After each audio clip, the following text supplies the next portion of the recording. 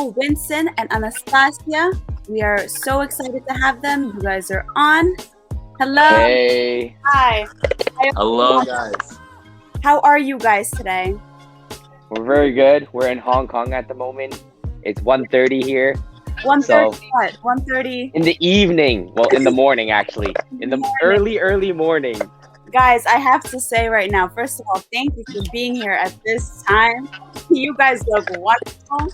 Yes. Thank you for having us. Oh my gosh, of course. I would have been knocked out at this time. So thank you Right, so much. right. So guys, now that you've mentioned actually Hong Kong, and I know that you guys are from different places, let's start with our first questions. How did you two come about representing Canada? Well, I mean, we had two choices. And when we started to dance together in youth, our main goal was basically to represent a country for world championships. And, well, representing Russia is a little bit difficult. Just a little bit. Just a little bit. So for us, the easiest way was to represent Canada. So because of that, we could do the nationals directly, and we had a higher possibility of getting the top 2 place in our country to represent the country for worlds. So we decided to choose Canada. It was a much easier option than representing Russia, because the competition in Russia, crazy. Yeah, it is crazy. We know. You know what they say? No matter how hard you can train, there's always a 9-year-old in Russia that's better. That's true. I believe that. Yeah, probably. Okay, wonderful. I mean, look, strategy, and it's going great for you guys, so good strategy. So moving on, how do your goals now compare to the ones that you had when you both started dancing together? With everything that's been going on, tell us a little bit about that. I mean, I don't think that our goals really changed. I feel like we went, at least for me, when I started dancing with Winson, for me the main goal was to learn as much as I can, to do the best version of myself, obviously, and to do the best results together. I never relied just on myself. Like, I was always thinking of us as a couple, so as a couple we will always achieve something. And so far I still think the same. Knowledge is the key, and yeah. Wonderful. Well, I think mine was a little bit different. What? I mean, well, I think when you're young, you're basically striving for results. Mm-hmm. So like a lot of times, like let's say I would set a goal like, oh, I want to be a world finalist. Oh, my goal is to be top 3 in the world 10 dance. My goal is to, I don't know, be a German Open finalist. So I was really result orientated. Yeah. Mm-hmm. Now that I got older, and the fact that we won the 10 dance in adults and we won it in under 21, I've realized like the result doesn't really matter. Mm-hmm. It is about the knowledge. It is about how you dance. I feel like it's about, even for me, it's very important on how the other people see you and appreciate the art that you're creating, not about trying to be a champion. So Right. for me, that really changed from when I was younger versus now. Yeah, and that's that growth mentality. I think, especially where you guys are now, I think from that on, these steps up, you guys are changing your mentality towards this. So, I mean, that's great. That's great to see where you started and how it's going now. Yeah. It's interesting. Yeah. And just, because I've been following you guys for a while, and I do love your dancing. I've seen you guys in person competitions. Tell us a little bit, walk us through your day. What do you guys do when you prepare for a competition? Like, how do you prepare? What do you eat? How do you warm up? Is there some kind of routine? We eat a lot every time right before the competition. And, well, a lot of times it's junk food, something really good. So basically, anytime we arrive to whatever location, Winson is going on with Yelp. What is that? Yelp or I don't know. TripAdvisor or Yeah. just Google searching. He's searching like for the best whatever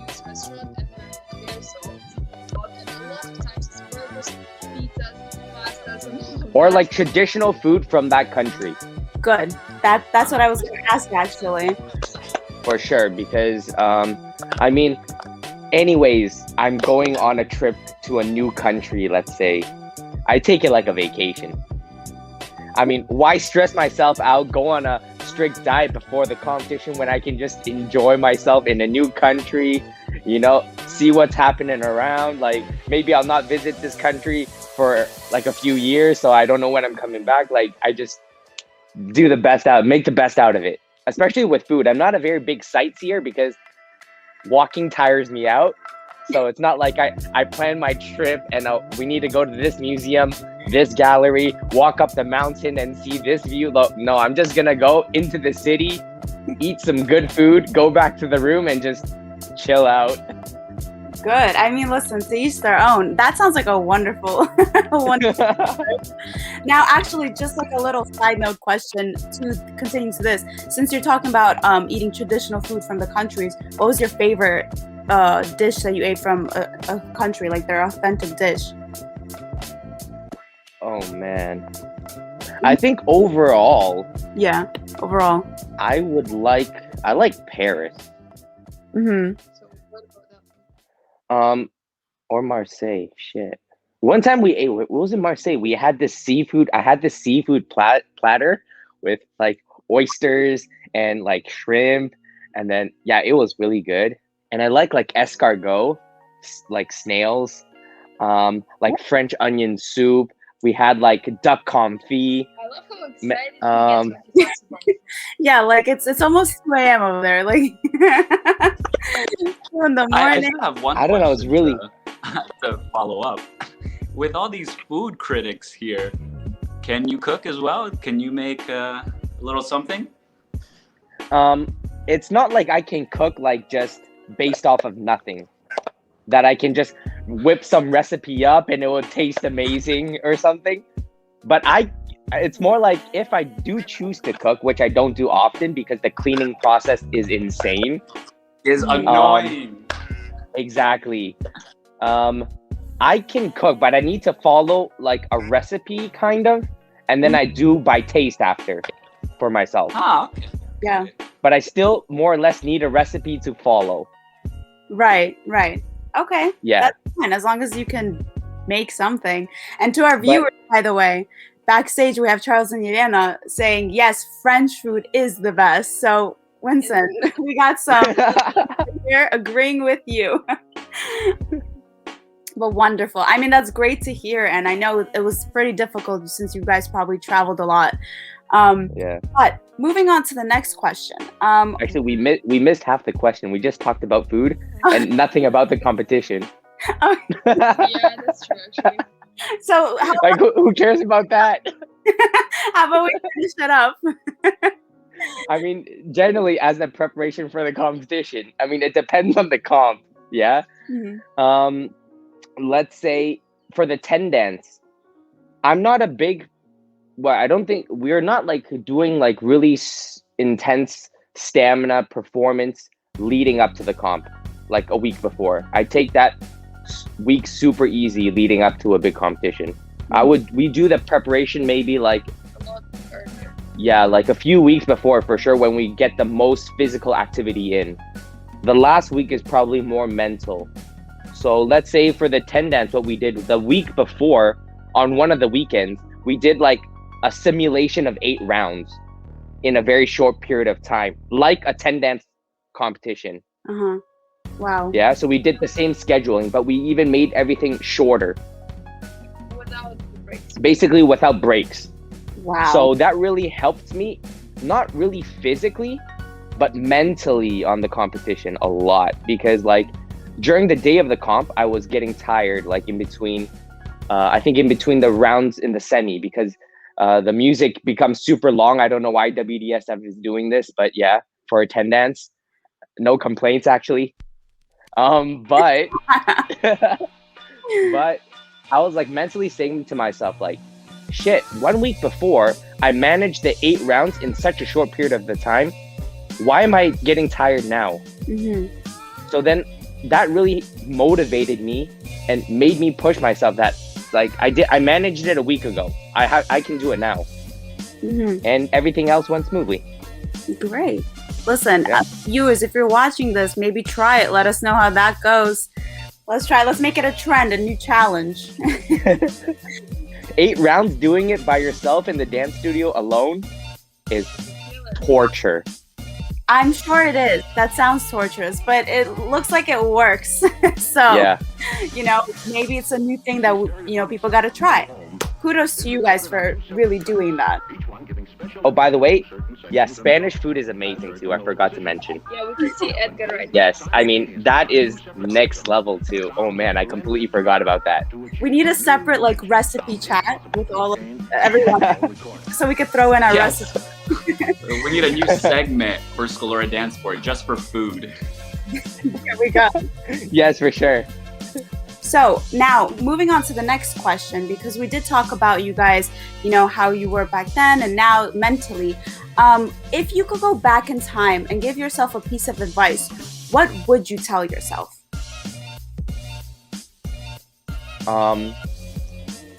I would say spend less time in the dance studio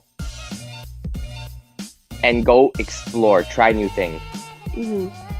Because when I was young, I felt like I was spending the whole day in the dance studio. But I felt like, now that I'm thinking about it, I felt like I was wasting time. Because it's like, I'm trying to put in like, let's say 8 hours a day in the dance hall. But I'm basically spreading that 8 hours lightly of practicing. Instead of doing 2 or 3 hours of really intense practice and just leaving from the dance hall to enjoy other things that could help my dancing. Maybe trying a different style of dancing, maybe taking, I don't know, acting classes, maybe, I don't know, just recovering, going to fitness. Because I felt like I was just like, let's say, having that 3 hour of practice, but spreading it in 8 hours. So then I would be wasting time. And now I feel like I wouldn't have done that and maybe find time to explore another field of art to help my dance career. Okay. But it all ends up to helping the dance career. Yeah. Anastasia, how do you feel? What do you think? Well, What would you for say? me, well, I agree with him, but I don't feel like that was like that big of a problem for me. Like I was okay to spend that amount of time.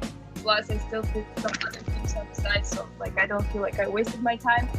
But what I would suggest or tell myself that I shouldn't get too attached to some people's opinions, because they often, if they're too criticizing, they don't let you follow your heart.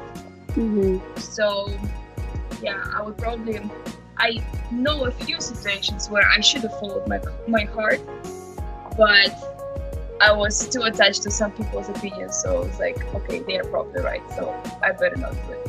So now I regret it. So Well, don't regret it, you know, don't regret it. It's just something that, you know, maybe you're saying this now out to people that are currently experiencing this. Maybe now you're going to change their mind, you know. It's experiences, nothing to regret. But okay, that's wonderful. Now, Winson, we know you have a brother named Winston. And not to confuse anyone, he does have a brother named Winston. So we wanted to know a little bit about him, because Alessandra and I found it so fascinating that your names are so close to one another. Does Winston also dance? They're so close that I thought they were twins. Yeah. Actually, it would be awesome if he would be my twin. I think it would be hilarious. But unfortunately, he's much older than me. He's actually my half brother. Your half brother, okay. Yeah, my half brother. So, I mean, I heard that he tried dancing, but nothing serious. But he's actually a pro biker. Wow. He was doing now he's retired and he stopped, but he was doing for many years cross-country mountain biking. That's interesting. That's really cool. Yeah. And now he's living in Taiwan, and he's I don't even know what his job is. He's like a bike fit person where he's positioning pro bikers on the correct posture to get the optimal performance while biking and maximum efficiency or something like in that realm. That's of cool. things. Interesting. Yeah. Yeah. I think the way that you're explaining it is the way he probably explains your dancing to people. Especially Maybe. I hope so. especially when it comes to ballroom dancing. Not a lot of people know about it or the technique thing, so don't worry. But that's actually really cool. And kudos to him for doing that as well. That's awesome. And Yeah, it's pretty cool. to ask you both, who do you guys look up to and who motivates you? Well, for me, I'm motivated by two people. First of all, it's my father, because somehow anytime I talk to him, I don't see him very often, especially now. Yeah. But anytime I talk to him, I just get this kick of energy that I'm gonna like push myself to do it, because he's like the sort of person that never ever complains. He is doing like such an insane amount of work and everything, and he's always there for people. So when like I talk to him, I get inspired, and that motivates me. And probably the second person who really inspires me and as well motivates me, because for me inspiration is basically equals to motivation. If I'm inspired, I can do anything. It's the ballet dancer Sergei Polunin. Okay. I really enjoy. I watched a lot of his interviews. I watched the documentary about his life, how he grew up, and what he came through, and it's really, really inspiring. So, yeah, That's wonderful to hear. And it's very touching. Touches close to home. How about you, Winston? I think my motivation changed as throughout the years. So I think as a kid, I think like Michael Jackson really motivated me, inspired me. Like me watching his YouTube videos, copying how to do the moonwalk. I mean, that was like a big period of my life, I think. Yeah. And then me remembering, like, let's say I had a period when before every competition, I still have like a bunch of Latin videos that I downloaded from YouTube, so I can watch it without internet, just in case if the internet, like I don't have internet in my hotel room, that I have like a playlist of videos that I kind of repeatedly watch before the day before my competition.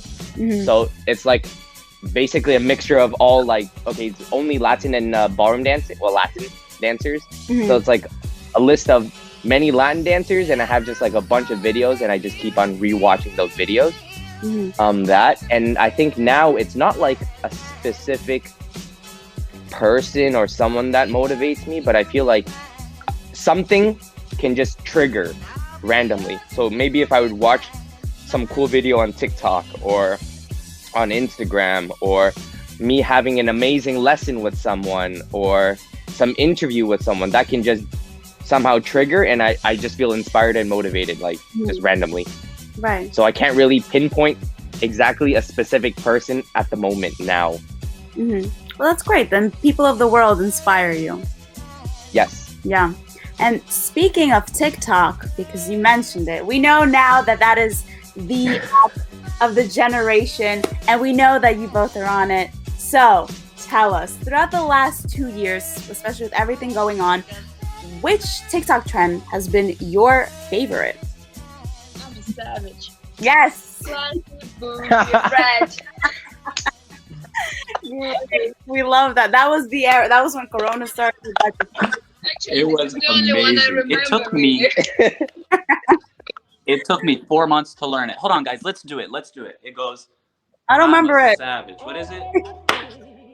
Classy, bougie, ratchet. I don't remember. Something, Dana. Yeah. What's happening? What's Yeah, happening? What's happening? Yeah, Winston, you as well? This is your favorite trend? No. Actually, I'm not a big fan of trends. I think the best part of TikTok is creating your own. Okay. We're gonna hold you to. And Oh, actually, I have one. Okay, I'll try to find it. We're gonna see it here. show us, show us. I don't know if. Wait, where's that Britney one? Oh, Britney one. Ooh.